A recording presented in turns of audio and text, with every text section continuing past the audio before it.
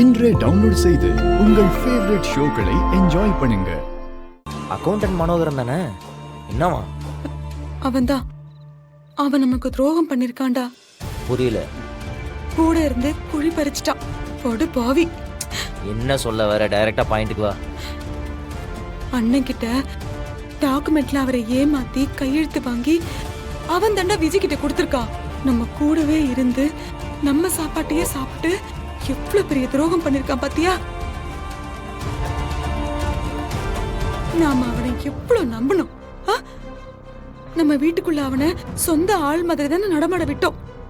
எத்தனை வாட்டி நம்ம பீரோவெல்லாம் திறக்க விட்டுருக்கோம். எப்பவும் அவனை சந்தேகம் கூட பட்டது இல்லையே. ஆனா அவன் கேவலம் பணத்துக்காக இவ்வளவு பெரிய வேலையை செய்வானாடா? விசுவாசத்தை கூட பணம் அழிச்சிருமா? அதுதான் கலிகாலம்னு சொல்றாங்களா?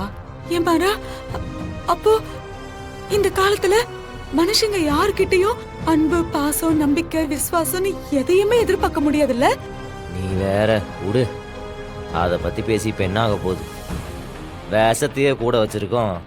அந்த அல்ல ஒரு விஷயம் பாத்துக்கலாம், விடு. திரும்ப வந்துட்டாளா? என்ன அடிச்சாலும் இவ திருந்தவே மாட்டேங்கிறான். என்ன ஓவரா முறைக்கிறாங்க? ஏதாவது செஞ்சிருவாங்களோ? எதுக்கும் ஒதுங்கியே இருப்போம்.